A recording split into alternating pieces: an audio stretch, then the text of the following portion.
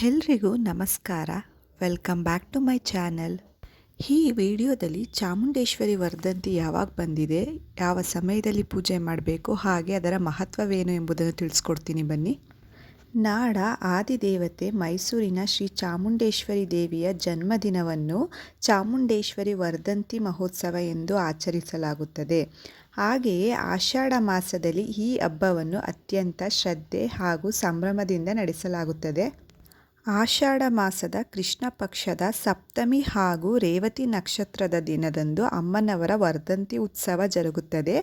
ಈ ವರ್ಷದ ವರ್ಧಂತಿ ಉತ್ಸವವು ಆಗಸ್ಟ್ 4 ಮಂಗಳವಾರದಂದು ಆಚರಿಸಲಾಗುತ್ತದೆ.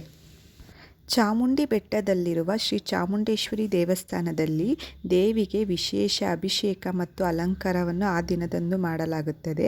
ಹಾಗೆಯೇ ಉತ್ಸವ ಮೂರ್ತಿಯನ್ನು ಚಿನ್ನದ ಪಲ್ಲಕ್ಕಿಯಲ್ಲಿ ಇರಿಸಿ ದೇವಸ್ಥಾನದ ಆವರಣದಲ್ಲಿ ಭಕ್ತರ ಸಮ್ಮುಖದಲ್ಲಿ ಮೆರವಣಿಗೆ ನಡೆಸಲಾಗುತ್ತದೆ. ಇನ್ನು ಪೂಜೆಯ ಸಮಯಕ್ಕೆ ಬಂದರೆ ಈ ದಿನದಂದು ಬ್ರಾಹ್ಮಿ ಮುಹೂರ್ತದಲ್ಲಿ ಅಂದರೆ ಬೆಳಗಿನ ಜಾವ 3:30ಯಿಂದ 5:30 ಒಳಗಡೆ ಪೂಜೆ ಮಾಡಿದ್ರೆ ಅತ್ಯಂತ ಶುಭದಾಯಕವಾಗಿರುತ್ತದೆ. ಕೆಲವರಿಗೆ ಬ್ರಾಹ್ಮಿ ಮುಹೂರ್ತದಲ್ಲಿ ಪೂಜೆ ಮಾಡಲು ಸಾಧ್ಯವಾಗಲ್ಲ, ಅಂಥವರು ರಾಹುಕಾಲ ಬಿಟ್ಟು ಬೇರೆ ಯಾವುದೇ ಸಮಯದಲ್ಲಾದರೂ ಪೂಜೆ ಮಾಡಿದ್ರೆ ತುಂಬ ಒಳ್ಳೆಯದಾಗಿರುತ್ತೆ. ಸಂಜೆ ವೇಳೆ ಪೂಜೆ ಮಾಡ್ತೀನಿ ಅನ್ನೋರಾದರೆ 5:30ಯಿಂದ 6:30 ಒಳಗಡೆ ಪೂಜೆ ಮಾಡ್ಕೊಳ್ಳೋದು ತುಂಬ ಒಳ್ಳೆಯದು. ಈ ದಿನದಂದು ನಿಂಬೆಹಣ್ಣಿನ ದೀಪ ಹಚ್ಚೋದ್ರಿಂದನೂ ಒಳ್ಳೆಯದಾಗುತ್ತೆ. ಹಾಗೆಯೇ ತುಪ್ಪದ ಬೆಲ್ಲದ ದೀಪ ಹಚ್ಚೋದ್ರಿಂದನೂ ಸಹ ಈ ದಿನ ತುಂಬ ಶುಭದಾಯಕವಾಗಿರುತ್ತೆ. ಈ ವಿಡಿಯೋ ಎಲ್ರಿಗೂ ಇಷ್ಟ ಆಗಿದೆ ಅಂತ ಅಂದ್ಕೊಳ್ತಾ ಈ ವಿಡಿಯೋನ ಇಲ್ಲಿಗೆ ಎಂಡ್ ಮಾಡ್ತಾ ಇದ್ದೀನಿ. ಈ ವಿಡಿಯೋ ಇಷ್ಟ ಆಗಿದ್ದಲ್ಲಿ ಪ್ಲೀಸ್ ಲೈಕ್ ಮಾಡಿ, ಶೇರ್ ಮಾಡಿ, ಕಮೆಂಟ್ ಮಾಡಿ, ಹಾಗೆ ಚಾನಲ್ನ ಸಬ್ಸ್ಕ್ರೈಬ್ ಮಾಡಿಕೊಂಡು ಸಪೋರ್ಟ್ ಮಾಡಿ.